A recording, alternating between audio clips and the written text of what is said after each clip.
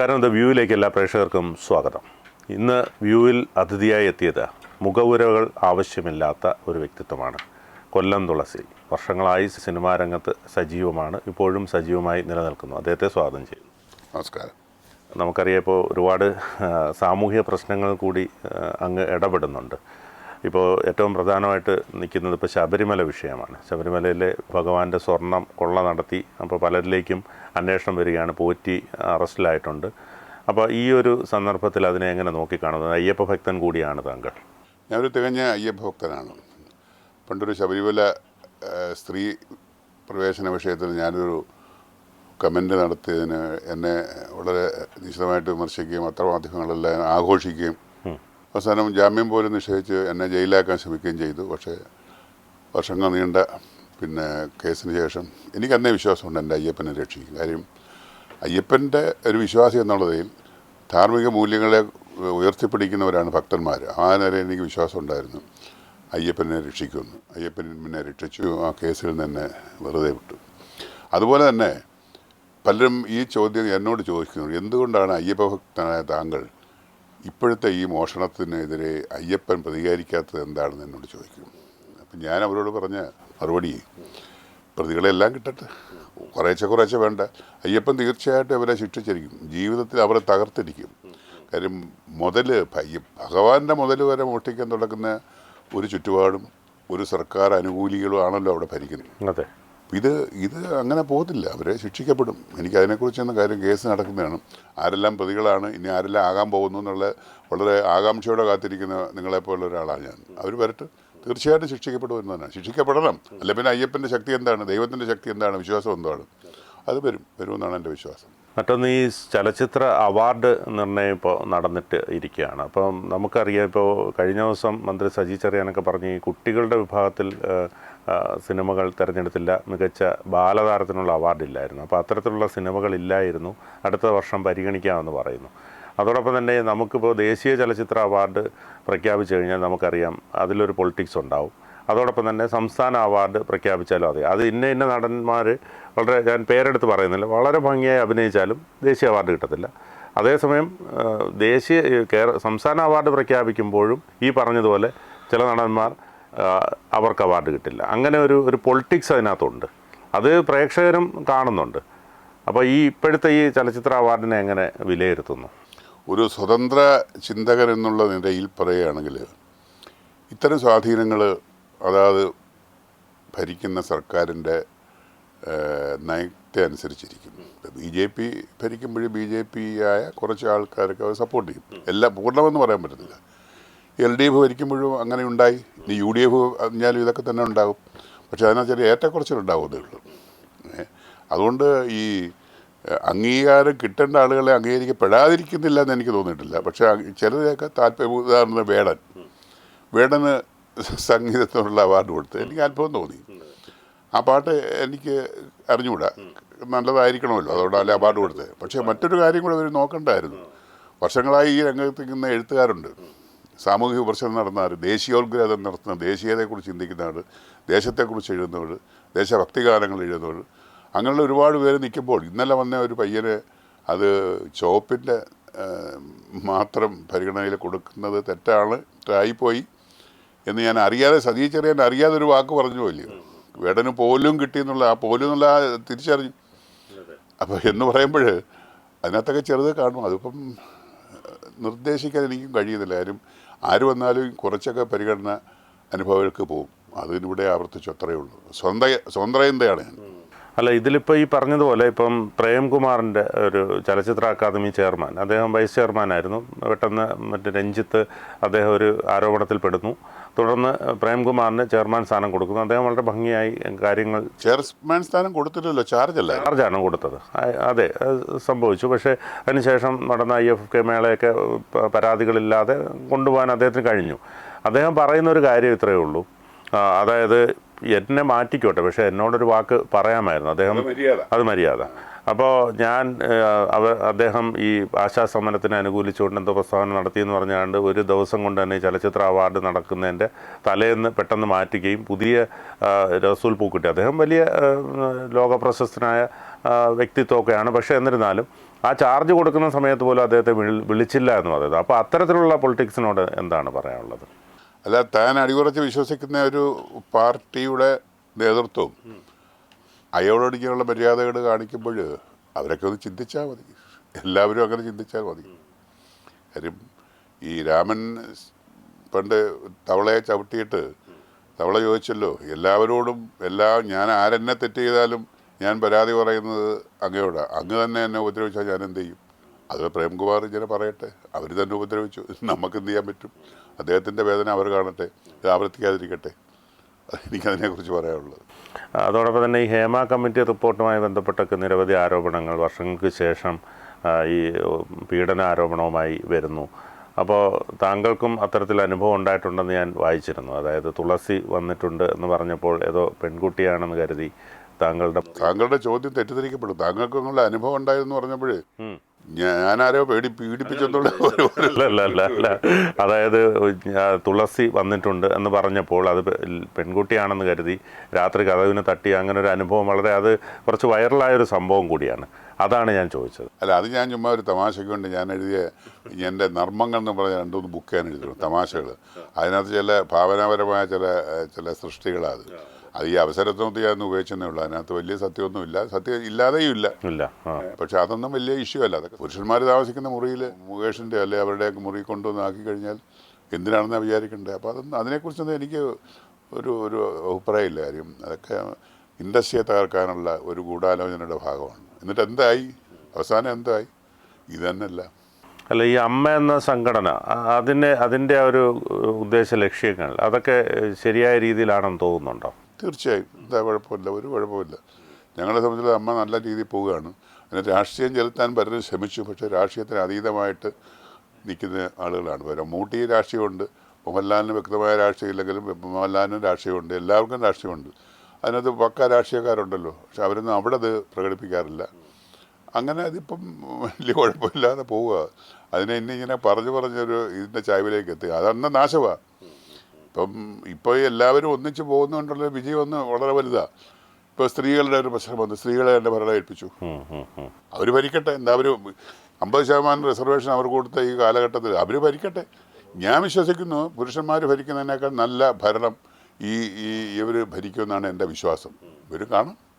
ഈ സിനിമാ ലോകവുമായി ബന്ധപ്പെട്ട് ഈ പറഞ്ഞതുപോലെ ഒരുപാട് ആരോപണങ്ങൾ ഈ പുറത്തുള്ള കേരളീയ പൊതുസമൂഹമൊക്കെ പറയുന്നുണ്ട്. സിനിമയിൽ പോയാൽ അങ്ങനെയാണോ ഇങ്ങനെയാണോ? താങ്കൾ വർഷങ്ങളായിട്ട് സിനിമാ രംഗത്ത് നിൽക്കുന്ന ആളാണ്. അപ്പോൾ അത് എങ്ങനെ അവർക്ക് പ്രേക്ഷകർക്ക് വേണ്ടി സിനിമയിൽ വരാൻ പോകുന്നവർക്കും അല്ലെങ്കിൽ അങ്ങനെയുള്ളവർക്ക് എന്താണ് പറഞ്ഞു കൊടുക്കാനുള്ളത് അനുഭവ സമ്പത്തിൻ്റെ വെളിച്ചത്തിൽ? അല്ല, ഇങ്ങനെ ഇത് മോശമായൊരു ചിത്രീകരണം നടത്തുന്നല്ലാതെ സിനിമയിലല്ല എല്ലാ മേഖലയിലും ഉള്ളതാണല്ലോ നിങ്ങൾ ഈ പറഞ്ഞ പ്രവർത്തനങ്ങളുമൊക്കെ. അത് അങ്ങനെ വരുന്നവർക്ക് അവർ വരട്ടെ. അതിൻ്റെ വന്നാലെന്താ കുഴപ്പം? കഴിവുള്ളവർ വരും. അവർക്ക് ഈ കഴിവ് മാത്രം പോരാ, ഭാഗ്യം കൂടെ വേണം. ഭാഗ്യം വേണം, അവസരം വേണം, ഒരു ഗോഡ് ഫാദർ വേണം, പിന്നെ ഒരു പ്ലാറ്റ്ഫോം വേണം. ഇതെല്ലാം കൂടെ ഒത്തുകിട്ടിയെങ്കിലേ ഒരു നടൻ. ഇപ്പം മഞ്ജു വാര്യർ വലിയ ഒരു നർത്തകിയായിരുന്നു. അവരാദ്യമേ വന്ന ഒരു അവസരത്തിൽ തേടി വന്നു, അവരവസരത്തിൽ കൂടെ നന്നായി ചെയ്തു, അങ്ങനെ അവർ രക്ഷപ്പെട്ടു. അപ്പോൾ അവരെ സഹായിക്കാൻ ആളുണ്ടായി, അവരുടെ കഴിവ് പ്രകടിപ്പിക്കാനുള്ള അവസരമുണ്ടായി. അതുപോലെ ഓരോ നടീനടന്മാർക്കും അവർ അവസരം കിട്ടുമ്പോൾ അവർ പോകും. എന്നല്ല അതിന് പ്രത്യേകിച്ചൊരു ചില കാരണങ്ങൾ പറഞ്ഞ് വരേണ്ട എന്നുള്ള അഭിപ്രായമൊന്നും എനിക്കില്ല. എന്നൊക്കെ ചുമ്മാ അത് അടിച്ചേൽപ്പിക്കപ്പെട്ട ആരോപണങ്ങളാണ്. ഒരു പോസിറ്റീവായിട്ട് കാണുന്നത്, നമുക്കറിയാം കുറേ കാലങ്ങളായി ആദ്യ കാലഘട്ടത്തിൽ പ്രേംനസീറും സത്യൻ മാഷും അതിനുശേഷം സോമൻ, മധു എന്ന് തുടങ്ങി അങ്ങനെ വളരെ സീനിയറായിട്ടുള്ള നടന്മാർക്ക് ശേഷമാണ് മമ്മൂട്ടി, മോഹൻലാൽ വരുന്നത്. ആ ഒരു കാലഘട്ടത്തിലൊക്കെ ഈ പുതിയ ആളുകൾക്ക് ഒരു അപ്രാപ്യമായിരുന്നൊരു കാലഘട്ടത്തിൽ നിന്ന് ഇപ്പോൾ അടുത്തൊരു 5-6 വർഷമായിട്ട് പുതിയവർക്ക് വരാനുള്ളൊരു സാഹചര്യം വരുന്നു. വളരെ ചെറിയ രീതിയിൽ സിനിമ ചെയ്യുക, OTT പോലുള്ള പ്ലാറ്റ്ഫോമുകളുണ്ട്. നല്ല കണ്ടൻ്റ് ആണെങ്കിൽ പുതുമുഖങ്ങളാണെങ്കിലും വിജയിച്ചു വരുന്നുണ്ട്. അപ്പോൾ ഈ ഒരു പ്രവണത എങ്ങനെ നോക്കിക്കാണുന്നു? നല്ല പ്രവണതയല്ലേ? രാഷ്ട്രീയത്തിൽ പരിപാലിക്കപ്പെടേണ്ട ഒരു വലിയ പ്രവണതയാണ് അത്. എന്തുകൊണ്ട് നിങ്ങൾ ഈ പറഞ്ഞ ചോദ്യം രാഷ്ട്രീയത്തിൽ വരുന്നില്ല? വർഷങ്ങളായിട്ട് ഒരേ കസേരയിലിരിക്കുക, ഒരേ അധികാര സ്ഥാനത്തിരിക്കുന്ന മുതുമൂത്ത ഈ കിളവന്മാരെന്ന് വേണമെങ്കിൽ പറയാം, അവർ മാത്രം മതിയോ? ഇപ്പോഴത്തെ യുവതലമുറ വരണം, ഏത് പാർട്ടിയിലായിട്ടും. അവരാണ് ഇപ്പോൾ പുതിയ തലമുറയ്ക്കാണ് ഇനി അവസരങ്ങളുള്ളത്. അവരാണ് ചിന്തിക്കുന്നത്. പഴയ മാമൂലുകൾ പാരമ്പര്യ രാഷ്ട്രീയക്കാരൊക്കെ മാറിയുന്നൊരു പുതിയ ആൾക്കാർ വരണം. സിനിമയിൽ വന്നു തുടങ്ങില്ലേ, തെളിയിച്ചില്ലേ? വിജയിക്കുന്നില്ലേ? സംവിധാന രംഗത്തുണ്ട്, പഴയ ആൾക്കാരൊക്കെ അവർ മാറി തുടങ്ങി. അവരുടെ ഓർമ്മയ്ക്ക് വേണ്ടി അഭിനേതാക്കളും ഇപ്പം പഴയതുപോലെ ഓടി നടന്ന് അഭിനയിക്കുന്നില്ല. അത് വരും. അത് ഇനി എനിക്ക് വരാനുള്ള രാഷ്ട്രീയത്തിൽ കൂടെ അത് വരണം. രാഷ്ട്രീയത്തിൽ അത് വന്നു കഴിഞ്ഞാൽ ഇവിടെ സമൂലമായ ഒരു മാറ്റം ഇവിടെ സംഭവിക്കും. അതുപോലെ തന്നെ ഈ യൂറിൻ തെറാപ്പിയായിട്ട് ബന്ധപ്പെട്ട് താങ്കൾ ഒരുപാട് കാര്യങ്ങൾ ചെയ്യുന്നുണ്ട്. അത് ഇപ്പോഴും അത് ചെയ്തു പോകുന്നു. തീർച്ചയായിട്ടും യൂറിൻ തെറാപ്പി എന്ന് പറഞ്ഞാൽ ഒരു മഹത്തായ ഒരു ചികിത്സാ രീതിയാണ്. അത് പലരും മനസ്സിലാക്കുന്നില്ലേ ഉള്ളൂ. ഇപ്പോഴും അതിനെക്കുറിച്ച് ഇപ്പോൾ തർക്കിക്കുന്ന അല്ലല്ലോ ആരും. IMA ഒക്കെ ഒരുപാട് തർക്കിച്ചു. ഞാനൊക്കെ അതിൻ്റെ ഒരു വ്യക്തിമാണ്. ഞാൻ ഉപയോഗിക്കുന്ന ആളാണ്. ഞാൻ ഒരുപാട് പേരെ പ്രേരിപ്പിച്ചിട്ടുണ്ട്. അവർക്കാർക്ക് ഇതുവരെ ഒരാൾക്ക് ദോഷം വന്നതായിട്ട് എൻ്റെ അറിവിലില്ല. പാമ്പ് കടിക്ക് പോലെ ഇത് ഉത്തമ മരുന്നാണെന്നാണ് പറയുന്നത്. ഇത് സർവ്വരോഗങ്ങൾക്കും എന്ന് വെച്ചാൽ എല്ലാത്തിനും ഒന്നും ഞാൻ പറയുന്നത്. ഇപ്പോൾ ഹാർട്ട് അറ്റാക്കിനും എന്ന് വെച്ചാൽ ഞാൻ പറയത്തില്ല. അല്ലാതുള്ള ആർക്കും ഉണ്ട്. എല്ലാം ഇപ്പോൾ കണ്ണിനൊരു വേദന വന്ന്, മൂക്കിനൊരു വേദന വന്ന്, ചെവിക്ക് വന്ന്, കാലൊരു മുറിവ് വന്ന്, ആദ്യമേ യൂറിൻ ഉപയോഗിക്കുക. ഉള്ളിൽ സ്ഥിരമായിട്ട് കഴിച്ചു കഴിഞ്ഞാൽ ശുദ്ധമായ പാല് കഴിക്കുന്നതിനൊക്കെ നല്ല എല്ലാ പോഷകമൂല്യങ്ങളും അതിനകത്തുണ്ട്. അതേക്കുറിച്ച് മനസ്സിലാകാതെ ഇതൊരു വിസർജ്യ വസ്തുവാണ്, ഇത് വൃത്തികെട്ട സാധനമാണെന്നും പറഞ്ഞ് പരത്തുന്നതാണ്. അല്ല, നമ്മൾ ഒരു സംശയം കൊണ്ട് ചോദിക്കുകയാണ്. നമ്മൾ കിഡ്നി ഇപ്പോൾ പുറന്തള്ളുന്നതാണ് ഈ മൂത്രം എന്നാണ് പറയുന്നത്. അപ്പോൾ അതിൽ ആവശ്യമുള്ള സാധനം എടുത്തിട്ട് വേണ്ടാത്ത ഇതായിട്ടാണ് പുറന്തള്ളുന്നത്. വേണ്ടാത്ത അധികമുള്ള രക്തമാണ്. ഇത് അരിച്ചു കളയുമ്പോൾ അധികം ഉണ്ടാകുന്ന രക്തത്തെയാണ് ഇത് മൂത്രത്തിലേക്ക് വിടുന്നത്. അത് ഈ മൂത്രത്തിൻ്റെ രൂപത്തിൽ. ഇത് കുടിച്ചവർക്കാർക്കും ഒരു കുഴപ്പമില്ലല്ലോ. ഇത് എത്രയോ മൊറാർജി ദേശായി എന്ന് പറയുന്നത് നമ്മുടെ പ്രധാനമന്ത്രി, അദ്ദേഹം മോശക്കാരനാണ്. അദ്ദേഹം കുടിക്കുന്ന അറിഞ്ഞതിന് ശേഷമാണല്ലോ ഇന്ത്യയിലുള്ള പല ജനങ്ങളും അറിയാൻ പോകുന്നത്. ഇപ്പോൾ ഞങ്ങളെപ്പോലെ ഒരുപാട് ലക്ഷക്കണക്കിനായി കേരളത്തിൽ തന്നെ എത്രയോ പേര് കുടിക്കുന്നുണ്ട്. അവർക്ക് അതിന് ഗുണവുമുണ്ട്. കുടിച്ചതിലാരും മോശം വന്നിട്ടില്ല. മുഖത്തൊക്കെ അളിഞ്ഞിരിക്കുന്ന മുഖത്തുള്ള ആളുകൾ ഈ മൂത്രം കുടിച്ച് മൂത്രം തേച്ചും എത്രയോ പേർക്ക് മാറ്റം വന്നിട്ടുണ്ട്. അതിൻ്റെ അത്ഭുതങ്ങൾ നടന്നിട്ടുണ്ട്.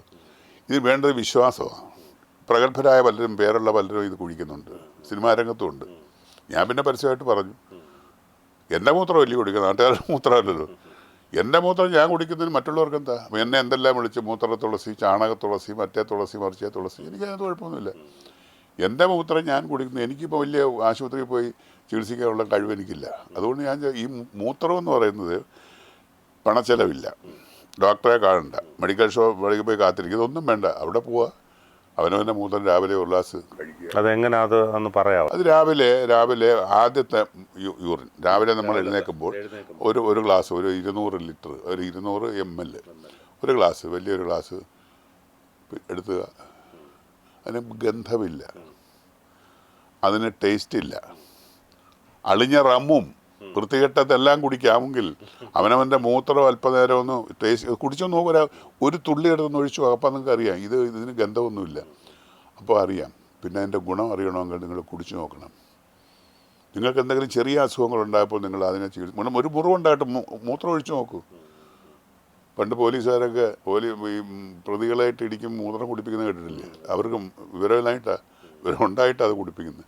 അതുകൊണ്ട് ഇത് മൂത്രം തെറാപ്പി എന്ന് പറയുന്നത് പാരമ്പര്യം ഇവിടെ മാത്രമല്ല, ഇന്ത്യയിൽ മാത്രമല്ല, സിംഗപ്പൂരിലും മലേഷ്യയിലും ബ്രിട്ടനിലും ഒക്കെ നടക്കുന്ന കാര്യങ്ങളാണ്. ഒരുപാട് കണ്ണിൻ്റെ കാഴ്ച വരെ കിട്ടുന്നുണ്ട്. അതുകൊണ്ട് ഇത് നല്ല ഒരു ചികിത്സാ രീതിയാണ് മൂത്രം തെറാപ്പി. മൂത്രം കുടിക്കൂ, ജീവൻ രക്ഷിക്കൂ. അപ്പോൾ ഈ ഡയബറ്റിക് ഒക്കെ ഉള്ളവരാണെങ്കിലോ? ഡയബറ്റിക് പാരമ്പര്യ ഡയറ്റിന് പറയുന്നില്ല. പക്ഷേ ഡയബറ്റിക് വരാതിരിക്കാൻ നേരെ ഇത് കഴിച്ചുകൊണ്ടിരിക്കുന്ന ഒരാൾക്ക് ഡയബറ്റിക് വരത്തില്ല. പക്ഷേ ഡയബറ്റിക് വന്ന ഒരാൾക്ക് അത് ബുദ്ധിമുട്ടെന്നാണ് ഇതുവരെയുള്ള അനുഭവം. ഞാനും അതുപോലെ തന്നെ. എനിക്ക് പക്ഷേ കുറഞ്ഞിട്ടുണ്ട്. ഞാനത് കുടിക്കുന്നതാണ്. എനിക്ക് അങ്ങോട്ട് ഷൂട്ടപ്പ് ചെയ്തിട്ടില്ല. ഞാൻ നിയന്ത്രിച്ചു കൊണ്ടുപോകുക. ഈ ജീവിത രീതികളിപ്പം ഏത് തരത്തിലാണ്? ഇപ്പം നമുക്കറിയാം, ഇപ്പം വ്യായാമം, സിനിമ, ഇപ്പോൾ കൂടുതൽ സിനിമകളിൽ അഭിനയിക്കുന്നില്ലല്ലോ. അപ്പോൾ കുറച്ച് ലിമിറ്റ് ചെയ്ത്, അപ്പോൾ എങ്ങനെ ഓരോ ദിവസത്തെ ലിമിറ്റ് ചെയ്തല്ലേ എന്നെ ആരും വിളിക്കുന്നില്ല. കാര്യം എന്നെ ഇപ്പോൾ പലരും വിചാരം ക്യാൻസർ പിടിച്ച് അയാൾ ജാവാറായി കിടക്കുക, ഇനി എന്തിനാ വിളിക്കുന്നുള്ള രീതിയിലൂടെ. അപ്പോൾ അതുകൊണ്ട് വിളിക്കുന്നില്ല. പിന്നെ ഞാൻ ഇടയ്ക്ക് രാഷ്ട്രീയത്തിൽ പോയതിൻ്റെ ഒരു ചെറിയൊരു ഇതെനിക്ക് സംഭവിക്കും. ഇപ്പം അതിൽ ഇപ്പം ഇല്ല. ഇപ്പം BJPയുടെ ഒരു അകന്ന അനുഭാവിയാണ്, അകന്ന ബന്ധു എന്നാണ് പറയുന്നത്. കേരളത്തിലേക്ക് വന്നാൽ ഇപ്പോൾ പിണറായി സർക്കാരിൻ്റെ 2ാം ഭരണമാണ്. അപ്പോൾ ഈ പറഞ്ഞതുപോലെ PM ശ്രീ പദ്ധതി, അതായത് കേന്ദ്ര ഗവൺമെൻറ്റിൻ്റെ വിദ്യാലയങ്ങളിൽ ആവിഷ്കരിക്കുന്ന പദ്ധതിയാണ്. കേന്ദ്ര ഫണ്ടൊക്കെ കിട്ടും. അപ്പോൾ പല നിലപാടുകളും ഈ മാറ്റം വരുന്നു. CPI ഒക്കെ പല കാര്യങ്ങളിലും എതിർപ്പുണ്ട് ഇക്കാര്യത്തിലൊക്കെ. അതിനെ എങ്ങനെ നോക്കിക്കാണും? കേന്ദ്ര ഗവൺമെൻറ്റിനോട് എപ്പോഴും യോജിച്ചു പോകുന്ന ഒരു സർക്കാരാണ് ഏത് സംസ്ഥാനങ്ങൾക്കും അഭികാമ്യമായിട്ടുള്ളത്. കാര്യം രാഷ്ട്രീയം വെച്ച് എതിർത്ത് കഴിഞ്ഞാൽ എതിർക്കാനേ പറ്റത്തുള്ളൂ. അങ്ങനെ പിന്നെ അവരുടെ സഹായമൊന്നും വേണ്ട, അവരുടെ ആനുകൂല്യങ്ങളൊന്നും വേണ്ട, അങ്ങ് പോകണം. ഇതിപ്പോൾ അവരുടെ ആനുകൂല്യം വേണം, അവരെ എതിർക്കുകയും വേണമെന്ന് പറയുന്ന ഒരു നിലപാട് ശരിയല്ല. ഇതിപ്പോൾ തന്നെ മന്ത്രി കാണിച്ചിരിക്കുന്ന ഒരു തെറ്റായ പ്രവണതയാണ്. കാര്യം അവിടെ പോയി രഹസ്യമായിട്ട് ഒപ്പുവയ്ക്കും, ഇപ്പുറത്ത് വന്ന് അത് അംഗീകരിക്കുകയും പക്ഷേ അണികളുടെ ശബ്ദം കാരണം അത് വീണ്ടും മാറുക എന്ന് പറഞ്ഞാൽ അത് ഒരു നല്ല രീതിയല്ലത്, നല്ല ഒരു ഇതല്ല കാണിക്കുന്നത്. അതുകൊണ്ട് എനിക്കതിനോട് വലിയ അഭിപ്രായ വ്യത്യാസമാണ്. കേന്ദ്രത്തിൽ നിന്ന് പണം കിട്ടും. അല്ല, ഇവർ തന്നെയാണ് ഈ പറയുന്നത്. അതായത് MA ബേബി പോലും, അദ്ദേഹം മുൻ വിദ്യാഭ്യാസ മന്ത്രിയാണ്. ഇപ്പോൾ കേന്ദ്ര ഗവൺമെൻറ്റിൻ്റെ അല്ലെങ്കിൽ കേന്ദ്ര വിദ്യാഭ്യാസ പദ്ധതിയുമായി ബന്ധപ്പെട്ടുള്ള പല ദോഷവശങ്ങളെക്കുറിച്ച് അദ്ദേഹം വളരെ വ്യക്തമായി പറയുകയുണ്ടായി. അപ്പോൾ ഈ ജനറൽ സെക്രട്ടറി ഇത് പറയുകയും അതിനുശേഷം ഇതൊരു വർഷം മുമ്പേ ധാരണയാക്കി, അങ്ങ് പറഞ്ഞതുപോലെ ഒരു വർഷം മുമ്പ് ധാരണയാക്കുകയും ഒക്കെ ചെയ്യുമ്പോൾ ഈ ഒരു ഇരട്ടത്താപ്പ് എങ്ങനെയാണെന്നാണ് ചോദിച്ചത്. അല്ല, അതിൻ്റെ ഒരു പ്രധാനമായ അടിസ്ഥാനപരമായ കാരണം മറ്റുള്ളവരെ അംഗീകരിക്കാനുള്ള വൈമുഖ്യവും ആണ് നമുക്കുള്ളത് ഏതിനായാലും. ഇപ്പം ഇന്ത്യൻ രാഷ്ട്രീയത്തിൽ എന്താണ് ഭരണപക്ഷവും പ്രതിപക്ഷവും. ഭരണപക്ഷം എന്ത് നല്ല കാര്യങ്ങൾ ചെയ്താലും പ്രതിപക്ഷം അംഗീകരിക്കത്തില്ല. നമുക്കറിയാം, എന്ത് നല്ല കാര്യങ്ങൾ ചെയ്താലും പ്രതിപക്ഷം അംഗീകരിക്കത്തില്ല. പ്രതിപക്ഷം ഏതെല്ലാം നല്ല കാര്യങ്ങൾക്ക് വേണ്ടി സമരം ചെയ്താലും അത് എവരും അംഗീകരിക്കത്തില്ല. അതുപോലെയാണ് ഇവിടെയും. ഇപ്പോൾ MA ബേബി പറഞ്ഞത് കാര്യം അത് രാഷ്ട്രീയം, എല്ലാത്തിനും രാഷ്ട്രീയമായി കാണുന്ന ഒരു ദുഷിച്ച് നാറിയ പ്രവണത നമ്മുടെ ഇന്ത്യൻ രാഷ്ട്രീയക്കാർക്കുണ്ടായിപ്പോയി. ഞാൻ ഒന്ന് ചോദിച്ചോട്ടെ, ദേശീയബോധവും ദേശീയതയും ദേശത്തോടുള്ള ഭക്തിയും സ്നേഹവും ദേശം വളരണമെന്നുള്ള ആഗ്രഹമുള്ള എത്ര നേതാക്കന്മാർ ഇന്ന് ഏതെല്ലാം പാർട്ടിയിലുണ്ട്? താങ്കൾ പറയാൻ പറ്റുമോ? അത് ഏതിലും ആയിക്കോട്ടെ, പാർട്ടി എടുത്ത് ഞാൻ പറയുന്നില്ല. അധികാരത്തിൽ വരണം, മറ്റവരെ എതിർക്കണം, കൂടുതൽ സമരം ചെയ്യുന്നത്, കൂടുതൽ പ്രസ്താവനകൾ ഇറക്കുന്നവന്, ഇതൊക്കെ ആയിപ്പോയെന്നില്ലേ നമ്മുടെ. വസ്തുനിഷ്ഠമായ വിമർശനങ്ങൾ നടത്തുന്നവർ എത്രയോ ഉണ്ട്. ഇവിടെ എത്രയോ അഴിമതി ആരോപണങ്ങൾ ഇവിടെ വന്നിട്ടുണ്ട്. എത്രയോ അഴിമതി, കോടിക്കണക്കിന് രൂപയുടെ അഴിമതി ആരോപണങ്ങൾ വന്നിട്ടുണ്ട്. ഏതെങ്കിലും ഒരാൾ 6 ബാരിഷ് ഒഴികെ ജയിലിൽ കിടന്നിട്ടുണ്ടോ? പക്ഷെ ശബരിമല പ്രശ്നം അങ്ങനെ തന്നെ സംഭവിക്കാൻ പോവുക. നമ്മളിതൊക്കെ മറക്കുമെന്നേ. അതിൻ്റെ ഏറ്റവും വലിയ ഘടകം മാധ്യമക്കാരുടെ ഓരോ കടമ ചെയ്യുന്നുണ്ടെങ്കിൽ അത് ഫോളോ അപ്പ് ചെയ്യുന്നില്ല. ഒന്ന് വരുമ്പോൾ മറ്റൊരു കാര്യത്തിലേക്ക് അവർ ചാടിപ്പോവുക. ഇപ്പോൾ ഈ ഒരു ഇഷ്യൂ വന്ന് അടുത്തൊരു വലിയ ഇഷ്യൂ അത് മാറ്റും. ഈ പറഞ്ഞതുപോലെ ശബരിമല കത്തി നിൽക്കുന്ന സമയത്ത് പെട്ടെന്ന് CPI കൊണ്ടൊരു വലിയ ബഹളങ്ങൾ ഉണ്ടാക്കുന്നു, CPI എതിർക്കുന്നു, ബഹളമാകുന്നു, എല്ലാവരും MN സ്മാരകത്തിൽ കേന്ദ്രീകരിക്കുന്നു. 2 ദിവസം മുഴുവനായിട്ട് അങ്ങനെ അങ്ങ് മാറുകയാണ് സാധനം. നമുക്കറിയാം, കമ്മ്യൂണിസ്റ്റ് പാർട്ടിയെ സംബന്ധിച്ചിടത്തോളം കമ്മ്യൂണിസ്റ്റ് പാർട്ടി ഒരിക്കലും ഒരു വ്യക്തി കേന്ദ്രീകൃതമായ പാർട്ടിയല്ല, അവർക്ക് പ്രസ്ഥാനമാണ് വലുത്. ഇവിടെ ഇപ്പോൾ ഈ പിണറായി വിജയൻ വന്ന ശേഷം പാർട്ടി ജനറൽ സെക്രട്ടറിക്ക് പോലും ഒരു റോളും ഇല്ല, എല്ലാം പിണറായി വിജയൻ. അത് എങ്ങനെയാണ്? അതിന് നമുക്ക് മറുപടിയില്ലല്ലോ. അതിന് പ്രതികരണശേഷി നഷ്ടപ്പെട്ടവരാണ് അണികളെന്ന് 1.5 കാലം ഇതെല്ലാം സംഭവിക്കുന്നു. MA ബേബിയിൽ എനിക്ക് വലിയ പ്രതീക്ഷ ഉണ്ടായിരുന്നു. MA ബേബി കുറച്ച് സൈദ്ധാന്തികമായിട്ട് സംസാരിക്കുകയും ഒക്കെ പറയുന്ന ഒരാളാണ്. പുള്ളിക്ക് ഒരുപാട് മാറ്റങ്ങൾ വരുമെന്ന് ഞാൻ പ്രതീക്ഷിച്ചു. പക്ഷേ അവിടെയും പറ്റുന്നില്ല. കാര്യം അവിടെ ആ സീറ്റിൽ അദ്ദേഹം ഇരിപ്പില്ല. അവിടെ ഇരിക്കണമെങ്കിൽ അനുസരിച്ച് പോകണം. ഇന്നിപ്പം ഇന്ത്യൻ കമ്മ്യൂണിസ്റ്റ് രാഷ്ട്രീയം പറയുകയാണെങ്കിൽ പിണറായി വിജയൻ അപ്പുറത്ത് ഒരാളില്ല, വരാനും പോകുന്നില്ല. ഈ പിണറായി വിജയൻ മുഖ്യമന്ത്രിക്ക് മകനും മകൾക്കും എതിരായിട്ടുള്ള ED നടപടികൾ ഇതെല്ലാം നമ്മൾ കണ്ടുകൊണ്ടിരിക്കുകയാണ്. സ്വാഭാവികമായിട്ടും മറ്റ് സംസ്ഥാനങ്ങളിലെ മുഖ്യമന്ത്രിമാരെ അടക്കം നമ്മൾ കണ്ടിട്ടുണ്ട്, പാതിരാത്രിക്ക് പോലീസ് അല്ലെങ്കിൽ ED വന്ന് ചുമന്ന് കൊണ്ടുപോകുന്ന കണ്ടിട്ടുണ്ട്. പക്ഷേ ഇവിടെ കുറേ കാലമായി ഇങ്ങനെ കേൾക്കുന്നു, ED വരുന്നു, മുഖ്യമന്ത്രിയുടെ മകൾക്കെതിരായ ആരോപണം, മകനെതിരായ ആരോപണം, അവസാനം ഒരു ED നോട്ടീസ് അയച്ചതുപോലും ആവിയായി പോകുന്നു. അതെന്താണ്? ഒരു അഡ്ജസ്റ്റ്മെൻറ്റ് നടക്കുന്നുണ്ടോ?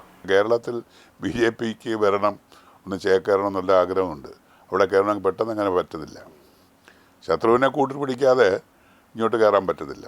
അപ്പോൾ ശത്രുവിനെ കൂട്ടുപിടിക്കും. ശത്രുവിൻ്റെ തെറ്റുകളൊക്കെ ഇപ്പോൾ കാണാതിരിക്കും, കണ്ണടയ്ക്കും. കണ്ണടച്ചതിന് ശേഷം ഒരു ഘട്ടം വരുമ്പോൾ അത് മാറും. ഇതിനെക്കുറിച്ച് മാറൽ മാക്സ് കമ്മ്യൂണിസ്റ്റെക്കുറിച്ച് പറഞ്ഞത് തന്നെ ബൂർഷ്വാ ദേശീയവാദവും തമ്മിലുള്ള മത്സരമായിരുന്നു. ബൂർഷ്വാ ദേശീയവാദികളും ഭരണം ഭരിക്കുമ്പോഴും ദേശീയവാദികൾ അവരോട് ചേർന്ന് നിൽക്കണം. ഒരു ഘട്ടം വരുമ്പോൾ മാറണം, ദേശീയവാദം മുമ്പോട്ട് വെക്കണം. പക്ഷേ ഇവിടെ പറ്റുന്ന അവർ ആദ്യമേ അധികാരത്തിൽ വരാൻ പോയി കമ്മ്യൂണിസ്റ്റ് പാർട്ടി. അതാണ് ഇവിടെ പറ്റിയ തെറ്റ്. പാർട്ടി ഘടകനെ വളർത്തി ബോധവാന്മാരാക്കുന്നതിന് മുമ്പേ അവർ അധികാരത്തിൽ വരാൻ ശ്രമിച്ചു. അങ്ങനെ 57 ആദ്യമായിട്ട് കമ്മ്യൂണിസ്റ്റ് പാർട്ടി വന്നു. കമ്മ്യൂണിസ്റ്റ് പ്രസ്ഥാനം വളർന്നുകൊണ്ടില്ല, അവരുടെ കുറച്ച് ആശയങ്ങളുമായിട്ട് വന്നു. ഇവിടെ ഇപ്പോൾ അതാണ്. ഇപ്പം അമിത്ഷായുടെ ഒരു ഒരു ഒരു അതിസമർത്ഥമായ ബുദ്ധി മറ്റൊരു വലിയ ബുദ്ധിമാനോട് ഏറ്റുമുട്ടി അവർ തമ്മിൽ ചില ബുദ്ധികൾ തമ്മിലുള്ള ചില ധാരണകളുണ്ട്. ആ ബുദ്ധികൾ എപ്പോഴും എവിടെ വെച്ചും പൊട്ടാം. അത് കാത്തിരിക്കുക. അതോടൊപ്പം തന്നെ നമ്മൾ തമിഴ്നാട് രാഷ്ട്രീയം എപ്പോഴും പരിശോധിച്ച് കഴിഞ്ഞാൽ സിനിമാക്കാർക്ക് പ്രത്യേക പ്രാധാന്യമാണ്. MGRും ഒക്കെ നമ്മൾ കണ്ടിട്ടുള്ളതാണ്. അവിടെ ചുവട് വയ്ക്കുമ്പോൾ പലർക്കും ചുവട് പിഴയ്ക്കാറുണ്ട്. ഇപ്പോൾ കമലഹാസനാണെങ്കിൽ പോലും ചുവട് പിഴച്ചു എന്ന് വേണമെങ്കിൽ പറയാം. അതോടൊപ്പം തന്നെ രജനീകാന്ത്, അവിടെ വലിയ ആരാധകരാണ് അദ്ദേഹത്തിനുള്ളത്. പക്ഷേ അദ്ദേഹം രാഷ്ട്രീയ പാർട്ടിയുമായി ബന്ധപ്പെട്ട് വന്നപ്പോൾ അദ്ദേഹം അതിനകത്ത് താളം തെറ്റി. ഇപ്പോൾ വിജയ് വന്ന് നിൽക്കുന്നു. വിജയ് ആദ്യഘട്ടത്തിൽ വലിയ ഓളങ്ങളുണ്ടാക്കി. പക്ഷേ ഇപ്പോൾ ആ പരിചയക്കുറവ് മൂലം ഉണ്ടായ പല പ്രശ്നങ്ങൾ ഒരുപാട് പേർക്ക് മരണം സംഭവിക്കുകയൊക്കെ ചെയ്തു. ഈ തമിഴ് രാഷ്ട്രീയത്തെ അല്ലെങ്കിൽ സിനിമയുമായി കൂട്ടിക്കുഴയ്ക്കുമ്പോൾ അതിനെ എങ്ങനെ വിലയിരുത്തുന്നു? അത് സ്റ്റാലിൻ ഭരണത്തെ നമ്മൾ വിലയിരുത്തുമ്പോൾ അതും അദ്ദേഹം കരുണാനിധിയുടെ മകനാണല്ലോ. അപ്പോൾ അത് വെച്ച് നോക്കുമ്പോൾ അതേ പാതയാണ് അദ്ദേഹം തുടർന്നത്.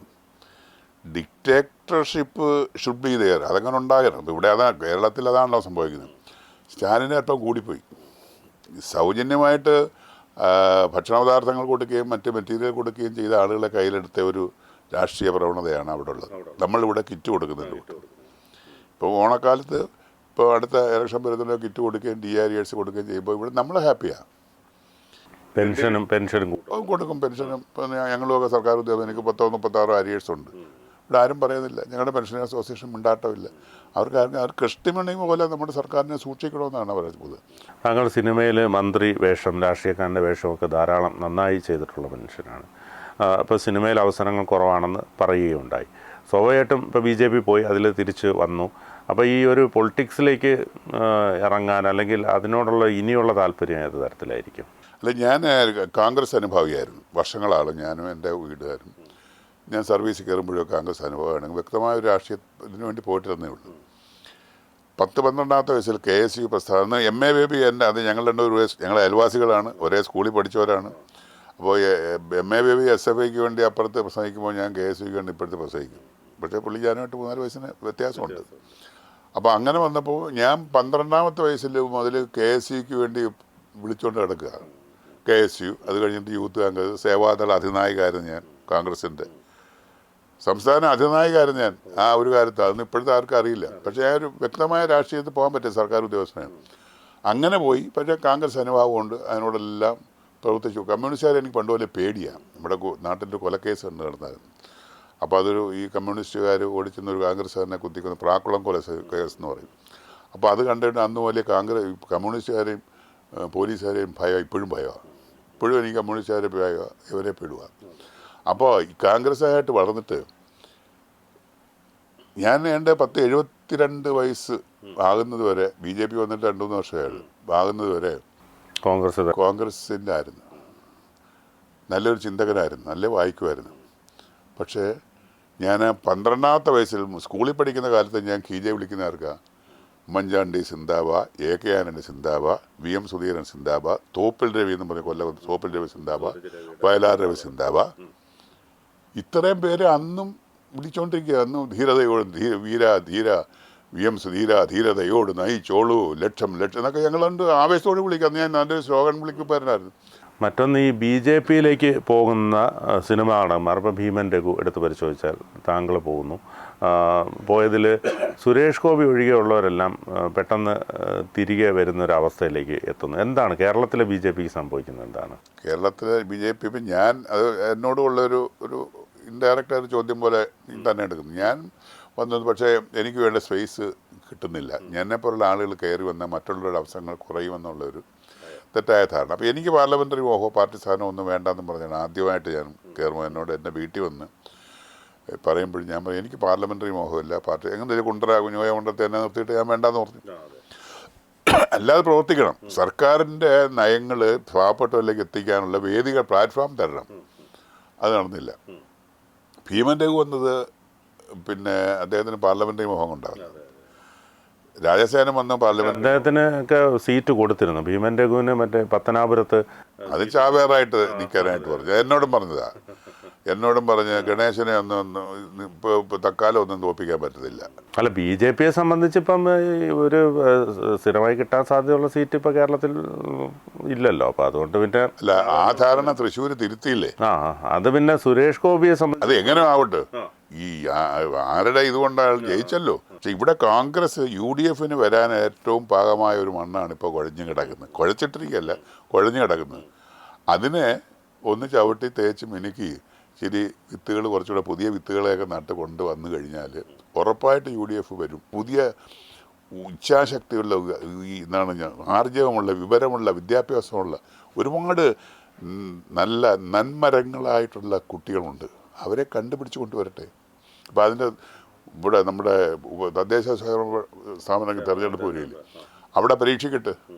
അങ്ങനെ വന്നെങ്കിൽ ഒക്കെ നന്നാവും. അവിടെ ഇപ്പോൾ തിരുവനന്തപുരത്തൊക്കെ ഒരു പിടി മുന്നേ കോൺഗ്രസ് അതിൻ്റെ പ്രവർത്തനങ്ങൾ ആരംഭിച്ചിട്ടുണ്ട് ശബരിനാഥൻ്റെയൊക്കെ നേതൃത്വത്തിൽ.